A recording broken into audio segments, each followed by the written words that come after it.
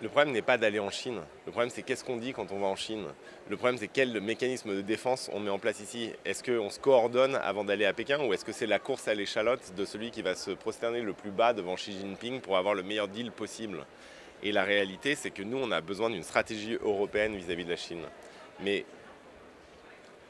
au fond, c'est un immense test pour le courage politique de nos dirigeants. Parce que un rapport de force avec la Chine, ça a un coût.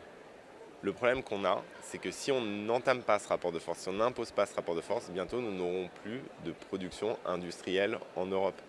Prenez ce qui s'est passé avec le photovoltaïque. L'Europe avait tous les leaders mondiaux il y a encore 20 ans. Aujourd'hui, il n'y en a plus un. Ils ont tous été éliminés du jeu.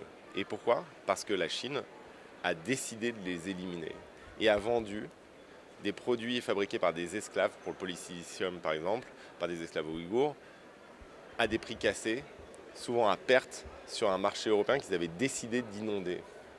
Et comme on n'a pas mis en place nos mécanismes de défense commerciale suffisamment tôt et de manière suffisamment ferme, eh bien on a perdu tous nos champions.